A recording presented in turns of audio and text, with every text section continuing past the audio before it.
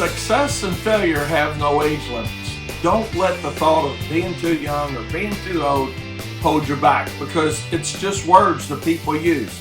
Hi, my name's Wayne Vose, Profits Unlimited. I've been a business coach since 1990, and I've literally helped thousands of contractors across the United States and Canada. And one of the weirdest things I hear people say is, man, I'm too young to try that, or I'm too old to try that, or I'm too. Don't be excuse-oriented with that. The reality of it is, age has got nothing to do with your success or failure. What has to do with your success and failure is, what are you willing to do to train and educate yourself to get better at what you're either doing and or you want to do? And one of the things that I think is very important when it comes to, success and failure is diversification.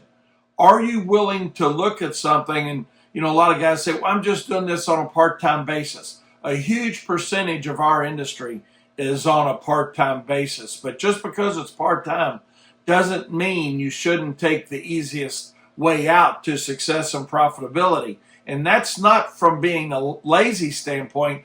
That's from, hey, I've got a limited number of hours to provide service. Let's go out and be most profitable within those hours that I'm going to be providing service.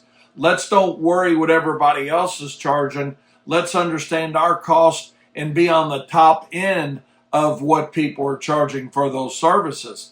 But a lot of times we think about it, we're like, oh man, nobody's going to pay that. They're not going to do that. That mindset is what holds you back. And don't use age as the barrier between the success and failure of that. If I had to do all over again, quite honestly, and this is going back 46 years, I would have never bought a lawnmower. My success would have come from being a fertilization and weed control company. And I say that from the standpoint of, a lot of people don't get involved in that because they think, well, it's risk, it's insurance, it's this, it's that. You give yourself a million reasons why I'm just going to be another person out there mowing lawns, when the reality of it is, it's a lot less overhead. You do have to train and educate yourself, but the rain doesn't get you as bad either. From a mowing standpoint, you get behind because of rain, you got your real job you're working on, or even if you're doing it full time, the reality is you have rain, grass gets taller, you're still getting the same amount to mow the lawn, even though it's taking you longer. So we're not going to define success and failure in this short video today. But the main point of this is, let's look at our businesses and see what we're doing, and can we diversify into something that's going to be more profitable for us, regardless if we're doing it on a full-time basis or a part-time basis. But let's use the hours that we have available in the day to be the most profitable hours we can make out of them.